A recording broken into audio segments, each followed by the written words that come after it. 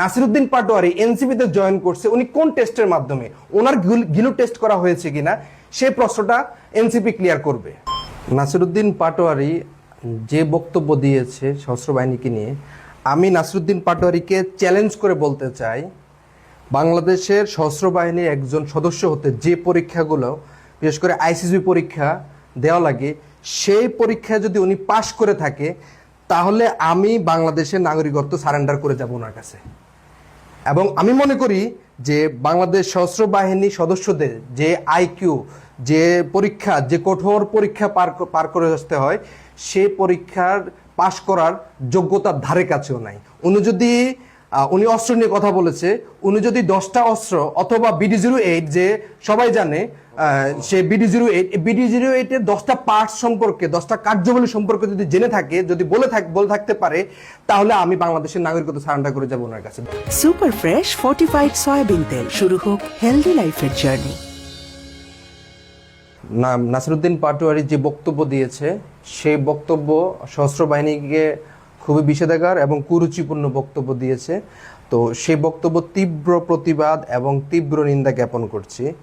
আমি বলতে চাই, বাংলাদেশ সশস্ত্র বাহিনী কোনো ব্যক্তি বা কতিপয় ব্যক্তির না, বাংলাদেশ সশস্ত্র বাহিনী একটি সংগঠন যাদের অবদান আমাদের মহান মুক্তিযুদ্ধ থেকে পরবর্তী সময় দুর্যোগ এবং ইনএটু সিভিল পাওয়ারের আওতায় যত ধরনের কার্যকলাপ আছে, অত্যন্ত সুনামের সহিত সে কার্যকলাপ করে যাচ্ছে।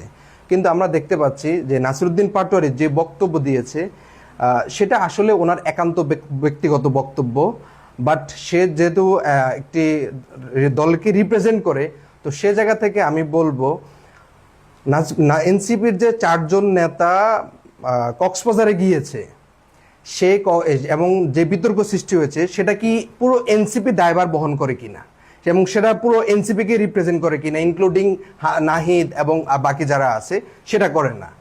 তার পরবর্তীতে উনি একটা কথা বলেছে যে হলো সশস্ত্র বাহিনীর সদস্যদের মধ্যে গিলু নাই।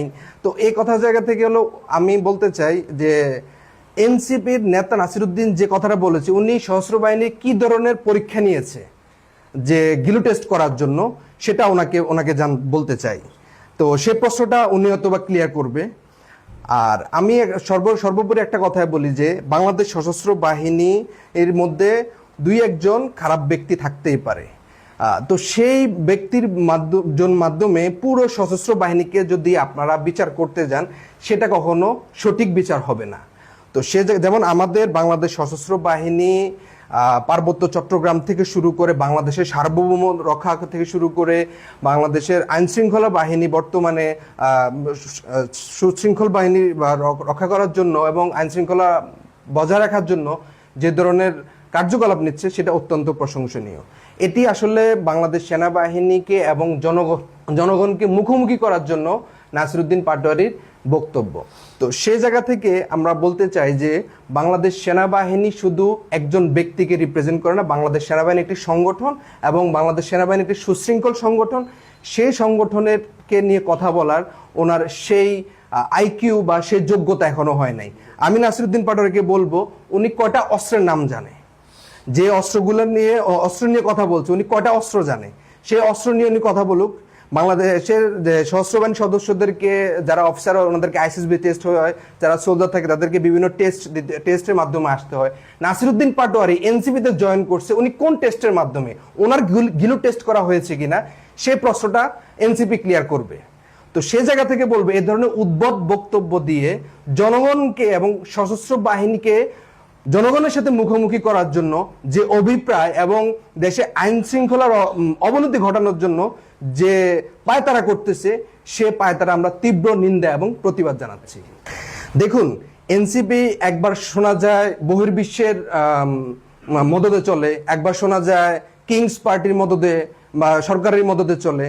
তো আমরা বলতে চাই যে হলো বহির্বিশ্বে অথবা সরকারের ভিতরে যে সরকার, যেটা আসিফ বলেছে সরকারের ভিতরে সরকার, হয়তোবা তাদের মদদে চলে, যারা আমাদের সশস্ত্র বাহিনী এবং আমাদের দেশের জনগণের মধ্যে একটা ক্লাস সৃষ্টি করতে চায়। আলটিমেটলি ওই সরকারের ভিতর সরকার যে উনি ফায়দা লুটতে চায়।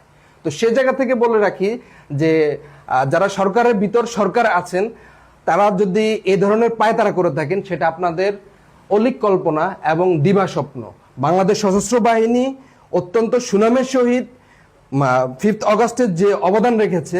আমি একটা জিনিস বলতে চাই যে যখন বাংলাদেশে গণঅভ্যুত্থান হয়েছে তখন আপনি 3 তারিখে বলেন যে এই মুহূর্তে দরকার সেনাবাহিনী সরকার, আপনি 5 তারিখে সেনাবাহিনীকে বুকে জড়িয়ে নিয়ে আসেন, 6 তারিখে পরে আপনার সেনাবাহিনী ভালো লাগে না কেন? আপনাকে যে এপিসি সাপোর্ট দিচ্ছে না সেজন্য কি আপনার সেনাবাহিনী ভালো লাগে না? আপনাকে ডগ স্কোয়াড দিয়ে আপনার হোটেল চেক করাবে, সেই সুবিধা দিচ্ছে না, এখন সেই সুবিধা পাচ্ছেন না, সেজন্য কি আপনার সেনাবাহিনী ভালো লাগতেছে না এখন? তো এটা আসলে একটি গোষ্ঠী ওদেরকে ইউজ করে, আমি নাসিরউদ্দিন পাটোয়ারিকে ইউজ করে একটি গোষ্ঠী এই ধরনের পায়তার করার, এই ধরনের ঘটনা ঘটানোর জন্যই ওরা চেষ্টা করে যাচ্ছে। আচ্ছা, আমি প্রথম জিনিসটা ট্যাক্সের যে ইস্যুটা, যে সেনাবাহিনী বাংলাদেশের জনগণের ট্যাক্সের টাকা চলে, সেটা আমি আসলে অ্যাকনোলেজ করি এবং এটা অ্যাকনোলেজ। তো এনসিপি নেতারা যে এপিসির মাধ্যমে আসছে, এপিসি সাপোর্ট নিয়ে, তো সেই ট্যাক্সের টাকা কে দিয়েছে? জনগণই দিয়েছে। তারপরে আমাদের সশস্ত্র বাহিনী যে অফিসার আছে, সোলজার যারা আছে, প্রত্যেকের ট্যাক্সের টাকায় কিন্তু তারা কিন্তু ট্যাক্স পরিশোধ করে, ট্যাক্স পরিশোধ বাধ্যতামূলক। আপনি বাংলাদেশের রাজনৈতিক দলের, অধিকাংশ রাজনৈতিক দলের নেতাদেরকে দেখবেন তাদের ট্যাক্সের কি পরিমাণ ট্যাক্স দিচ্ছে তারা, এবং কি পরিমাণ ট্যাক্স দিচ্ছে সেটা জনগণের সামনে পেশ করুক। আপনার নাসিরউদ্দিন পাটোয়ারি আজ পর্যন্ত কি পরিমাণ ট্যাক্স দিয়েছে, তারপরে বাকি যে নেতারা যারা ট্যাক্সের ইস্যুটা নিয়েছে তারা কি পরিমাণ ট্যাক্স দিয়েছে সেটা খোলাসা করুক।